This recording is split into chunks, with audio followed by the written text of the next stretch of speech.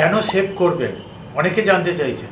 তো মানুষের ইনকাম হলো একটা ফ্লোর মতো, মানে যেমন জল ফ্লো করে ঠিক তেমনি নদীতে যেমন যখন বৃষ্টি হয় খুব তখন কি হয়, জল ফ্লো বেশি থাকে, আর যখন বৃষ্টি কম হয় তখন জল ফ্লোটা কম থাকে।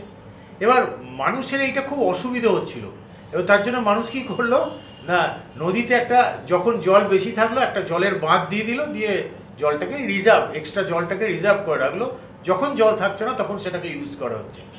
একই জিনিস ইনকামের ক্ষেত্রে, যখন আমার ইনকাম রয়েছে একটা দিন ইনকাম তো একটা ফ্লো, ইনকাম নাও থাকতে পারে, তাহলে আজকে যখন আমার ইনকাম রয়েছে সেই ইনকামের একটা অংশ আমরা যদি সরিয়ে রাখতে পারি তাহলে সেটাকে বলা যেতে পারে সেভিংস। যেদিন আমার ইনকাম থাকবে না সেদিন আমরা এটাকে ইউজ করতে পারি। Income minus expenses is equal to savings, এই কথাটা কিন্তু একদম ঠিক নয়। Savings is equal to actually আমার মনে হয় ইটস এ ডেফার্ড এক্সপেন্ডিচার, আমার পরে কোনো খরচ লাগবে তার জন্য আমার টাকা সরিয়ে রাখা, দ্যাট ইজ সেভিংস। এবার আপনার যদি মনে হয় আপনি কিছুতেই সেভিংস করতে পারছেন না, তাহলে আপনি আমাদের রয়েস ফাইন্যান্সের এক্সপার্ট ওয়েলথ কোচদের হেল্প নিতে পারেন।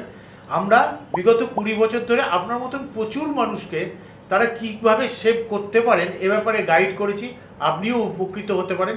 এক্ষুনি আমাদের এই 8881288844 নাম্বারে কল করুন বা আমাদের মেল আইডিতে মেল করুন।